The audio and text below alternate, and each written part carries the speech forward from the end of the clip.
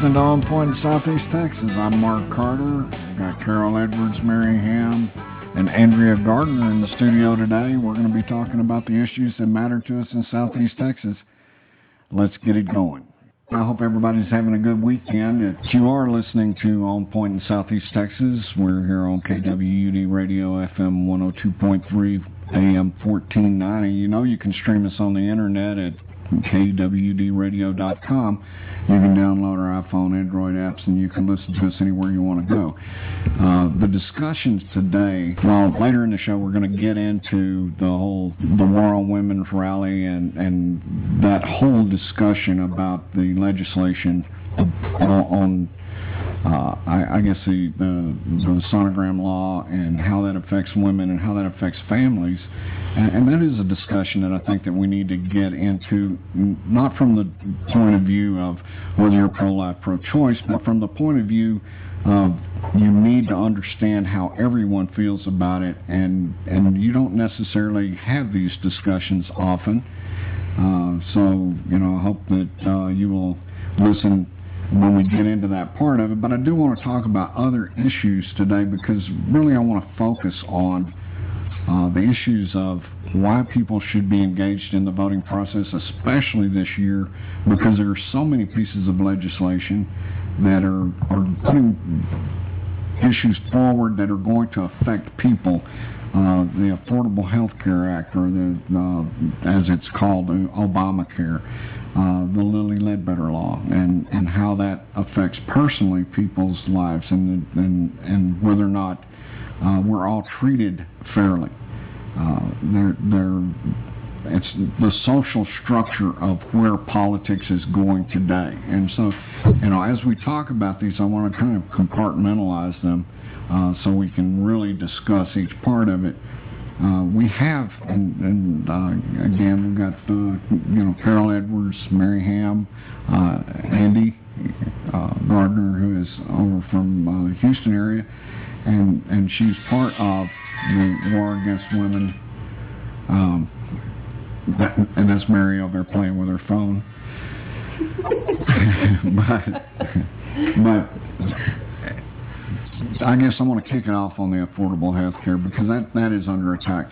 In this particular election cycle, what we're seeing is every Republican candidate, bar none, all the way down to this House candidate that's running up in Jasper County, who's now got commercials on TV over here in Southeast Texas, saying, and what we have to do is stop this Obama administration because it's a job-killing administration. Yet we're saying, all the evidence says otherwise. How do they make the argument, I guess, with affordable health care, that it's a job-killing piece of legislation, one? And how do they miss the fact that while it is the right thing to do to give people the ability to have insurance, but they miss the whole idea that this is an economic issue as well. Let me start off by mentioning that jobless claims fall in the U.S. The number of people seeking unemployment benefits fell last week by the most in nearly a year. This figure was a hopeful sign that hiring could pick up in the coming months. It's out of the Huffington Post today. Yeah, that's the jobs issue, and I want to talk about the jobs issue, but right now with the Affordable Health Care Act, I want to talk about the economic impact of what happens when you have a population or a segment, because honestly they gutted this bill. They really didn't enact what the Democrats put forward in the beginning, which what they did was they stripped it down to a compromise bill because they needed to get it through a Republican-controlled House. Yeah, they had to appease the pharmaceutical companies. Yeah, absolutely. But whenever you look at what happens, let's go back to where we were before this bill was enacted. Okay, you had anyone with a pre-existing condition not being able to buy insurance. You had kids that were in college on their parents' insurance plan that timed out, they lost insurance. We have children, which Texas is participating meagerly into the CHIPS program, but not the way we have in the past, and leaving a lot of federal dollars on the table. But whenever you've got a large segment of your population, and there are others, I could get into the whole breakdown, but you kind of get the idea of what I'm talking about in terms of we've got people without insurance. They're not going to go without health care. Whenever they get into a situation where they have to have hospitalization, they're going to go to the emergency room. The emergency room has to treat them, or they will, if they can transfer them and safely, they'll send them to an indigent hospital. But this isn't free. We're paying for it, and we're paying for it because it's tacked on to our medical bill. The hospitals in this state are for profit. They're privatized, which I always thought was a bad idea because now you started putting a price tag on making money off of people's health. Yeah. Which, to me, I mean, there should be a line drawn and saying, okay, I've talked about this before. I mean, if you want to sell widgets, you want to make plastic, you want to sell gasoline, you want to do whatever you want to do in a capitalistic society, those are all products, but people are not products, they're people. And when you privatize that, then the bottom line starts to affect the quality of the health care, and how people have the ability to pay for this is something that I think that in itself becomes a moral issue because now you're picking and choosing who's going to get what health care. Obviously, people who can afford higher quality health care are healthier people, but people that go to the emergency room, they get the services, yet they don't get the preventative care, which is much cheaper. So if they could go to the doctor and they had, they can pay their copay, $10, $20, $30, whatever it is, and get the preventative health care, they may not end up in the emergency room with the most expensive form of health care, because the emergency room's not cheap. Ambulance rides are not cheap. And all of those things are covered under indigent health care, and indigent health care is tacked on to my bill. I have insurance, so it's tacked on to my bill. I pay for that, causing my insurance premiums to go up, causing my health care, the bottom line again, the cost of me getting health care is more expensive because they've got to factor in the fact that part of my money is going to actually pay for someone who didn't have insurance that they treated for free, basically, for that individual, but I'm going to pay for it. So overall, we all end up paying for that. So it is an economic issue. And so, to make the argument that when Obama went into office, he made this his flagship program, yet he ignored the economic issues, I think is not an accurate statement.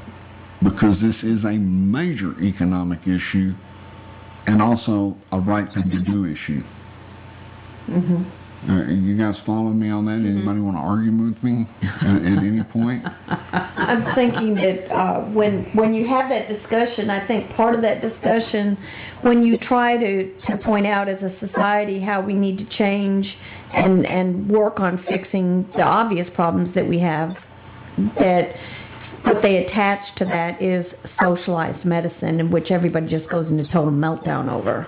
The socialized medicine that would probably be cheaper as a society, as a whole society, would be a positive thing, but for some reason that's viewed, I guess, because it would cut out some of the profits. It all goes to motivation. It all goes to motivation, and that's what all these issues end up in the long run being about. It's how are we motivated?